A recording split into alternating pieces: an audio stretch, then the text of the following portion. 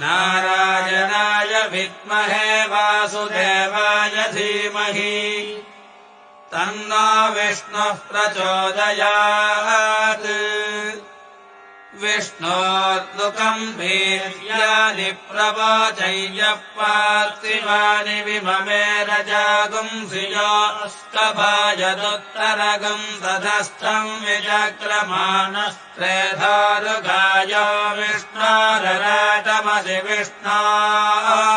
पृष्ठमसि विष्णोऽस्य प्रेष्ठो विष्णोऽस्योरसि विष्णो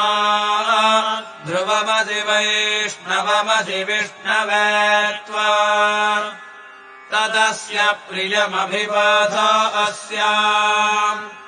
नरो यत्र देवयभो मदन्ति गुरुक्रमस्य सखि बन्धुरित्था